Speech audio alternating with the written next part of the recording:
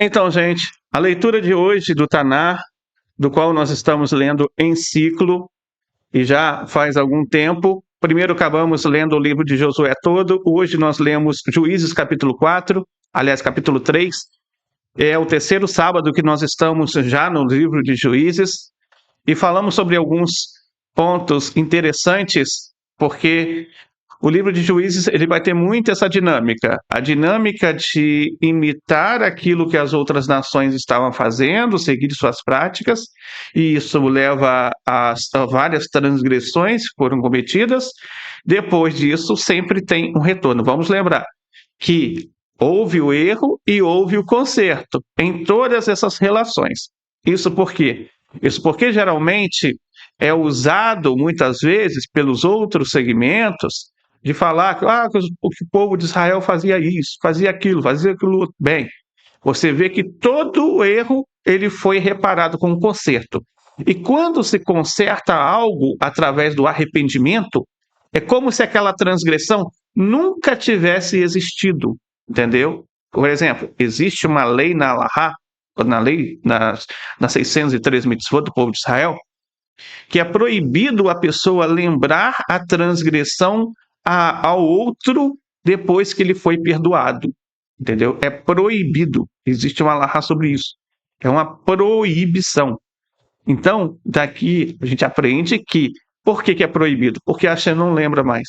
Como está lá no livro de Michá, livro de Miqueias, pegarei as vossas transgressões e atirarei no mais profundo abismo, e nunca mais me lembrarei delas. Está falando sobre o quê? Ele está falando exatamente sobre o Yom Kippur, quando Hashem ele perdoa as transgressões do povo de Israel e, consequentemente, também de todos aqueles que realmente se achegam para Deus para confessar sinceramente as suas transgressões diretamente a Ele. Como, por exemplo, aconteceu com os habitantes de Nínive, onde os habitantes de Nínive, que eram não-judeus, como nós somos não-judeus, se retornaram do seu mau caminho, a confessar a Deus, se arrependeram e mudaram de direção, seguindo as 7 leis universais.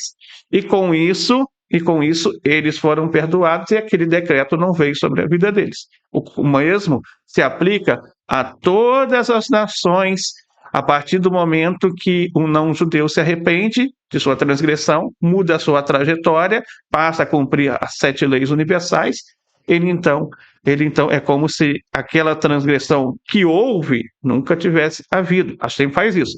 Pega e lança no mais profundo abismo, para nunca mais se lembrar dessa transgressão. Então é algo muito importante que devemos frisar desses pontos. Bem, além desses pontos, então hoje nós vamos falar um pouquinho sobre luta e redenção. Luta e redenção. Acredito que todas as pessoas na vida elas passam por vários tipos de luta, não é verdade? Acredito também que várias pessoas na vida ela passa por lutas que foram vencidas, lutas que foram realmente importantes, inclusive, para que você possa chegar até onde você chegou. Sem as lutas, você não teria as conquistas. Sem as lutas, você não teria os méritos conquistados através dessas lutas. Então, queridos amigas e amigos, hoje, no capítulo 3 de Terlim, nós estudamos então exatamente sobre esse conceito, o conceito de a redenção, ela sempre passa através da luta. E descobrimos lições que falam diretamente também importantes para também nós, os não-judeus, os Benei Noa, os descendentes de Noé. Primeiro, Juízes capítulo 3, versículo 1, o texto inicia: estas são as nações que o Eterno deixou para testar Israel. Urashi, comentarista clássico da Torá, comentarista da Torá mais usado no mundo todo, com seus comentários há mais de 1000 anos presentes, né? Tem mais de 1000 anos que Urashi ele escreveu seus comentários. Ele explica que o Eterno ele deixou essas nações para que Israel se fortalecesse no caminho da emuná, no caminho da fé. A prova em si, ela não é um castigo. A prova, ela é um treino. Mas como um pai que ensina o filho a caminhar sozinho para o bem daquele próprio filho. A Mishnah, em Pirkei Avot, capítulo 5, Mishnah número 3, afirma: com 10 provas, Abraão foi testado e superou todas elas. Assim, cada desafio é uma oportunidade para revelar a nossa fidelidade. O Rabino Moshe Weiner, o autor do The Divine Code, e ele fala isso lá no The Divine Code, ou seja, o Código Divino, parte 1, na introdução. Então ele destaca que também nós, os Beninoa, passamos por provas em nosso serviço a Deus. O mundo muitas vezes obscurece a verdade do monoteísmo, exigindo de nós coragem e clareza para servir ao único Deus. O nosso Rebbe de Lubavitch, lá em Likutei Sirot, volume 2, página 318, ele explica que todo ciclo de pecado e redenção em Israel reflete também uma dinâmica espiritual ao alcance de todas as pessoas. Tem sempre uma lição espiritual sobre isso. Toda descida é para uma elevação maior. E da mesma maneira, o Tânia também, lá no capítulo 26, o Admor Azaken, ele ensina que as dificuldades espirituais, elas são enviadas para introduzir uma luz que não poderia ser revelado sem esforço e luta. Então, 3 lições conseguimos extrair dessas linhas desse capítulo de hoje. A primeira lição delas, ela vem a destacar o papel de Otiniel ben Kenaz, primeiro juiz destacado aqui. Otiniel ben Kenaz, em Juízes capítulo 3, versículo 9, onde você pode ver o papel libertador dele. E Urashi, ele vai comentar sobre Otiniel ben Kenaz, que ele restaurou as leis da Torá que haviam sido esquecidas pelo povo de Israel. E ele libertou não apenas fisicamente, mas também espiritualmente. O Rabino Moshe Weiner, autor do Código Divino, por exemplo, ele destaca que o papel de nós, os Beninoa, é também ser uma fonte de luz para o mundo, lembrando a humanidade do verdadeiro conhecimento a Deus. E quando nós lembramos a humanidade do verdadeiro conhecimento a Deus, nós estamos lembrando, inclusive, a humanidade anunciando o nosso papel como juízes, inclusive. Sim. Nós temos uma lei, a lei de estabelecer tribunais de justiça, lei de Dinim, é a 7ª lei. Essa lei implica em 2 coisas principais. A primeira delas é admoestar. A segunda delas é julgar. A admoestação, ela está ao alcance de todo ser humano em todas as épocas, em todos os períodos. Então, anunciarmos as 7 leis universais a todas as pessoas é o mesmo que despertarmos o verdadeiro conhecimento de Deus. É um papel ao alcance. Esse é o papel da admoestação, ao alcance de todo e qualquer Benoa que esteja preparado para isso. Então, devemos ser como Otiniel. Devemos recuperar e transmitir os fundamentos corretos de fé. Segunda lição. A segunda lição se encontra em Juízes capítulo 3, versículo 15, onde Ehud ben Gera, ele usou sua mão esquerda para libertar Israel. O Rebbe, ele interpreta aqui que às vezes é necessário utilizar métodos inovadores e inesperados para servir a Deus. Isso significa que adaptar estratégias criativas para ensinar o monoteísmo e promover a justiça entre as nações é sempre bem-vindo. Claro, ninguém vai sair por aí apunhalando ninguém. Deus nos livre. Aquilo foi uma condição de uma guerra. Nós não estamos em guerra por aqui. Muito pelo contrário. Nós queremos trazer luz e paz para a vida de todas as pessoas. E para trazer essa luz, essa paz, muitas vezes a gente tem que utilizar a criatividade. Assim como Ehud Ben-Gera utilizou a criatividade. Ehud Ben-Gera, ele colocou em sua coxa, né, o punhal ali, escondido, oculto. Isso mostra que ele era bastante criativo. Às vezes, nós precisamos de outros conceitos para trazer as 7 leis universais com mais eficácia, com mais qualidade. Precisamos aprimorar os nossos conhecimentos. Precisamos aprender uma aptidão com o outro, ou uma técnica de marketing, por exemplo, que é sempre bem-vinda. Ou utilizar, por exemplo, conceitos importantes de comunicação de uma forma correta. Muitas vezes a gente não sabe utilizar a comunicação de maneira apropriada e é necessário estudar sobre comunicação. Às vezes nós precisamos também rever algumas das nossas estratégias, por que elas não estão surtindo efeito, e realmente traçarmos juntos novas estratégias. Isso tudo vem através da curiosidade. Sem curiosidade, o ser humano, ele é inerte. A curiosidade é algo importante. Aliás, foi a curiosidade que trouxe todos nós aqui ao monoteísmo. Sem curiosidade, ninguém estaria por aqui.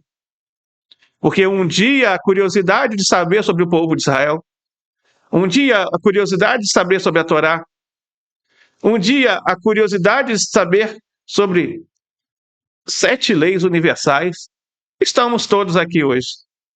Então a curiosidade, ela tem os seus benefícios, ela pode ser bem trabalhada. Shamgar Ben Anat é a terceira lição de hoje, capítulo 3, versículo 31. Shamgar, ele matou 600 filisteus com uma simples vara de boi. Para quem já candeou gado aqui, quem já trabalhou na roça, sabe do que eu estou falando, né? Não sei se muita gente tem experiência nisso. Quando você tem uma junta de boi, você precisa arar alguma parte. Hoje se tem trator, mas nem todo mundo tinha, digamos assim, verba financeira para comprar um trator. O trator hoje até tá mais acessível. No entanto, durante muito tempo, as pessoas tinham que arar com arado de mão mesmo, né? E para fazer isso de forma correta, você colocava uma junta de boi preso por uma canga. Canga chamado de jugo também, pela linguagem culta. E para que o boi esteja indo, às vezes o boi dava uma empacada no meio do caminho. Aí você tinha que pegar essa vara de candear, que inclusive tinha um espetozinho ali, né, de ferro, e vai no boi para ele andar um pouquinho, para ele desagarrar um pouco. Às vezes faltava um pouco de força, ele parava ali, sol quente, né? Sol quente, o nosso pé ali na água fria da várzea, e geralmente isso precisava realmente de muito empenho para conseguir candear boi. E assim era usada essa vara. Era com a vara dessa, então, que Shamgar Ben Anat, ele foi lá e conseguiu executar a justiça para o povo de Israel. E com a vara dessa, ele matou 600 filisteus, com uma única vara. É um verdadeiro milagre, obviamente. Fora a grande habilidade que ele tinha, e realmente ele executou essa habilidade de forma magistral. O Urashi, então, ele enfatiza que até o instrumento mais simples, se ele for usado com fé, ele torna-se uma ferramenta da redenção. O Tânia, no capítulo 33, ele acrescenta que a verdadeira grandeza, ela não está nos instrumentos materiais, mas na intensidade do desejo de fazer a vontade de Deus. Então, aqui nós aprendemos que o Kishangar, ele usou um instrumento, mas ele tinha muito desejo, bastante intenção, bastante vontade. Ninguém precisa criar boi hoje, tá? Aqui, se quiser, é bom, né? Bom criar boi. Criar boi é uma coisa até terapêutica, ajuda a refletir. O campo, a agricultura, sempre traz novos ares, bom para a mente. Né? Tanto que vários dos homens de Deus no passado, dos profetas de Israel, eles eram homens de agricultura. Eram homens realmente que lidavam com plantio, com a criação de animais, e isso trazia também uma conexão maior entre eles e a criação, e principalmente a ideia do Criador mais presente. Isso faz bem, obviamente, mas não é isso o motivo. Aqui, a ideia principal é que o que você tem de instrumento na sua mão hoje? Qual é o instrumento e qual é a aptidão que a Hashem te deu? Usa esse tipo de instrumento para que o nome de Hashem seja conhecido. Aplique isso, aplique o seu recurso, aplique a sua habilidade, aplique o seu talento. Algumas pessoas têm um talento, como o seu Geraldo tem, um talento para música. E o que ele faz? Ele está aplicando para que o nome de Hashem seja difundido. Outras pessoas têm um talento para poesia, sabe escrever poesia de forma absolutamente maravilhosa. E seria uma boa estar divulgando mais isso, difundindo.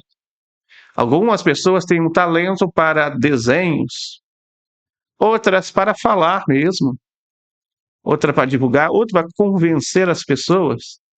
Então, o talento ele pode ser utilizado para que outras pessoas possam reconhecer o nome do Criador. E isso é algo benéfico, porque é a nossa missão. É a missão dos não-judeus, do Benei Noah, difundir as 7 leis universais a toda a humanidade e fazer com que haja um concerto geral, um concerto que vai trazer a era de Mashiach e a Geulah, a redenção.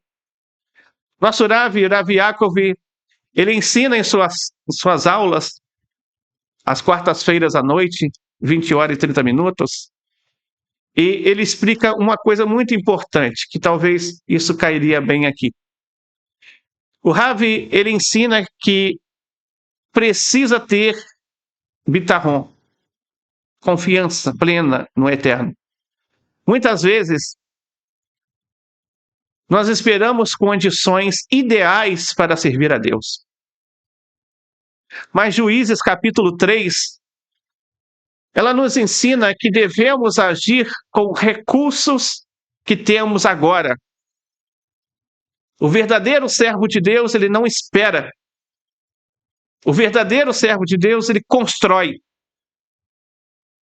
O Rav, ele ensina que essa confiança plena no Eterno é importante. E entender que cada pequena ação feita com emuná, com fé verdadeira, ela tem um impacto gigantesco. Mesmo que algo seja invisível aos nossos olhos, nesse momento em que nós estamos vivendo. Ainda, algo que também o Rav ele traz muito importante sobre isso, é que o mundo ele será redimido não por gestos grandiosos, mas por fidelidade constante dos justos silenciosos, que cumpre a vontade do Eterno, dia após dia. Então, isso que o Rav Yaakov ele ensina, isso nos conecta diretamente com o conceito do Tânia, no capítulo 37, que cada mitzvah feita no mundo físico, ela é uma construção espiritual eterna. Só para você ter uma ideia, quando você pratica uma transgressão,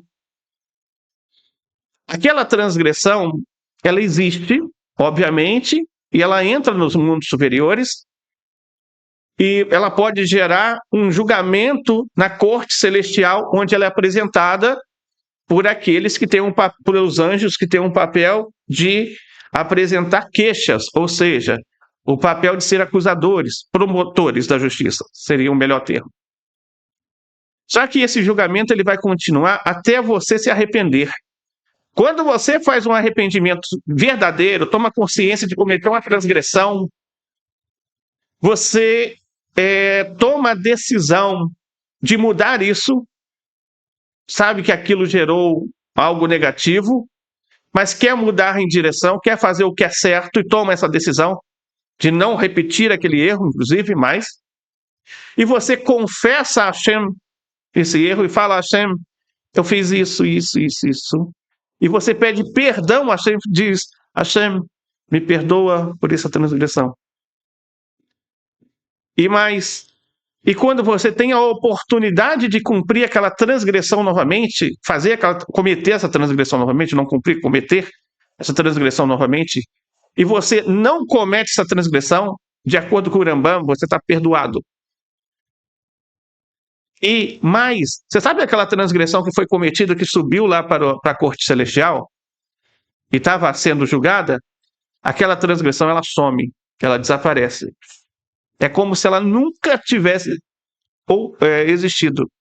E se alguém usa isso contra você, se alguém falar que um dia você fez isso, essa pessoa está cometendo uma transgressão. Ela está lembrando dos pecados perdoados. Ninguém pode fazer isso com você, porque você foi perdoado da transgressão que você cometeu quando você confessou diretamente a Hashem essa transgressão.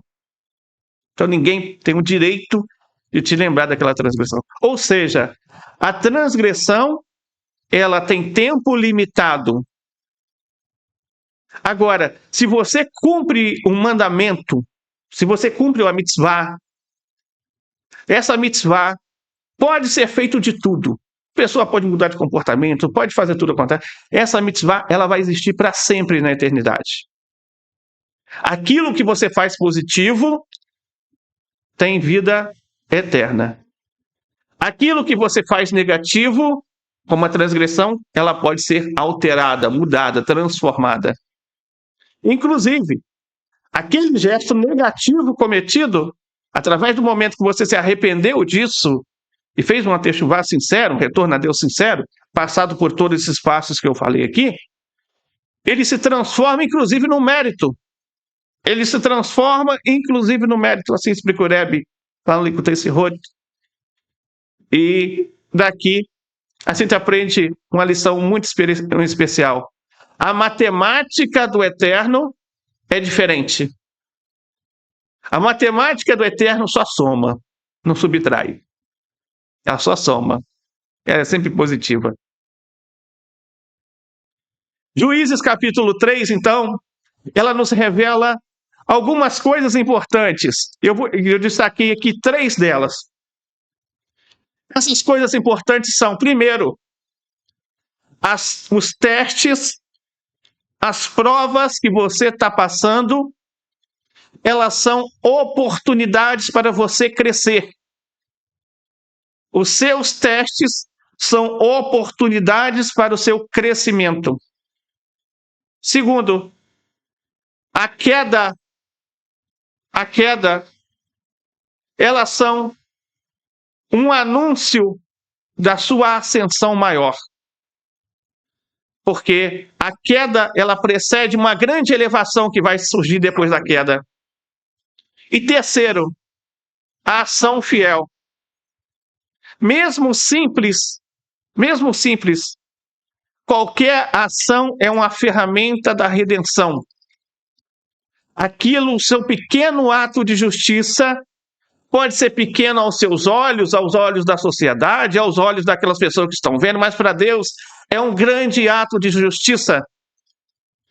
Para Deus é algo enorme, algo gigantesco. Para Deus é uma grande santidade, uma grande elevação dos mundos espirituais. Para Deus é um grande Avodat Hashem, é um grande serviço a Deus que você faz. Então, como Benei Noa, nós somos chamados a ser como Otiniel ben Kenaz, restauradores da verdade. Como Benei Noa, nós somos chamados a ser como Ehud, inovadores na fé. E nós somos chamados a ser como Xangar, dedicados com o que temos em mãos. Que possamos, com a ajuda do Eterno, superar nossos desafios, servir com alegria e transformar o mundo para a vinda da verdadeira paz universal com a revelação de Mashiach ainda em nossos dias. Baruch Hashem.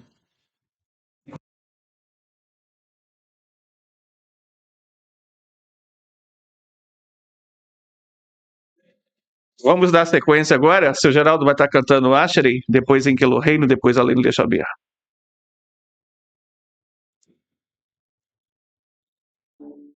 Asherei. Um momentinho.